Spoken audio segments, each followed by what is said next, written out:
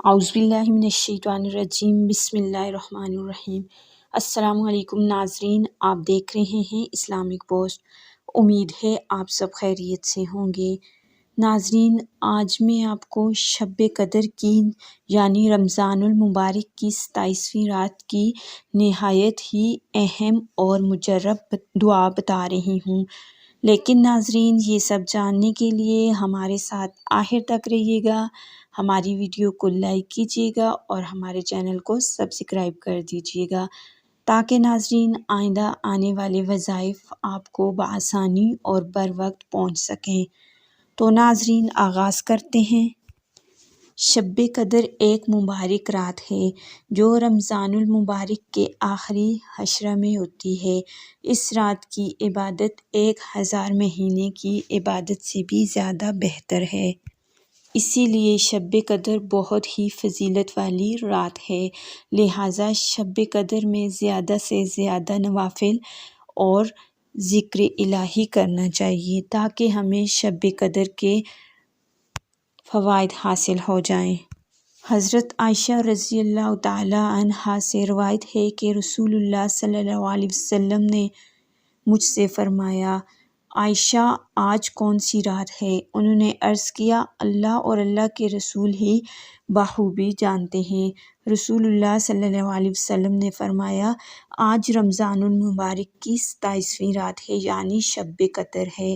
اس رات میں دنیا کے اعمال، بندوں کے اعمال اوپر اٹھائے جاتے ہیں، ان کی پیشگی بارگاہ رب العزت میں ہوتی ہے۔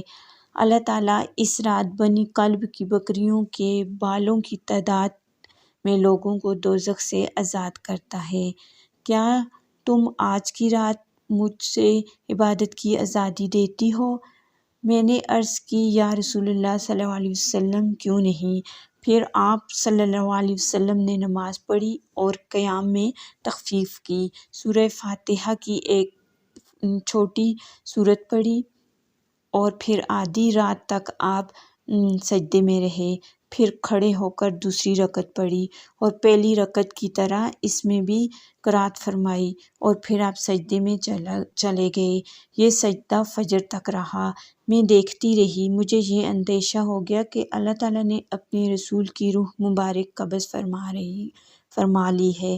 پھر جب میرا انتظار طویل ہوا، بہت دیر ہو گئی، تو میں آپ کے قریب پہنچی اور میں نے حضور کے تلووں کو چھوا تو حضور صلی اللہ علیہ وسلم نے حرکت کی۔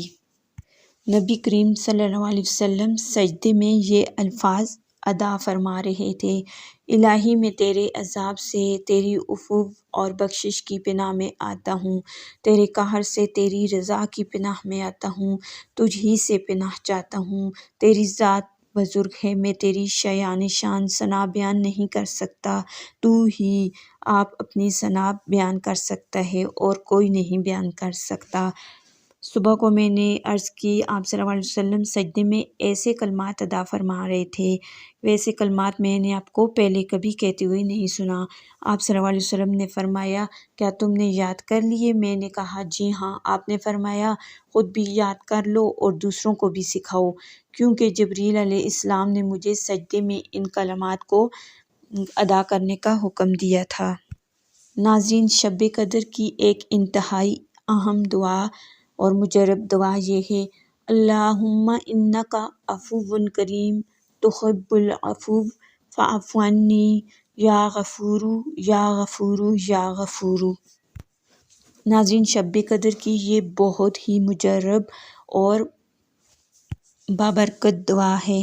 اس کے پڑھنے سے اللہ تعالیٰ بندے کے تمام گناہ معاف فرما دیتا ہے، اسے ہر مصیبت سے نجات دلاتا ہے، اس کی کوئی بھی پریشانی ہو انشاءاللہ تعالیٰ اس دعا کے وسیلے سے اللہ تعالیٰ اس کو دور فرماتے ہیں۔ ناظرین، ان کلمات کا زیادہ سے زیادہ شب قدر میں ورد کیجیے اور اللہ تعالیٰ سے اپنے گناہوں کی اور تمام امت مسلمہ کے لیے بخشش طلب کیجیے گا۔ تو ناظرین، شب قدر کی دعا کی فضیلت، اس کی برکات اور وظائف کے بارے میں جان کر آپ سب کو کیسا لگا؟ اپنی قیمتی رائے کا اظہار کمنٹ باکس میں ضرور دیجیے گا اور ہمارے چینل کو سبسکرائب ضرور کیجیے گا۔ تو ملتے ہیں ایک اور نئی ویڈیو اور نئے وظائف کے ساتھ، تب تک کے لیے اللہ حافظ۔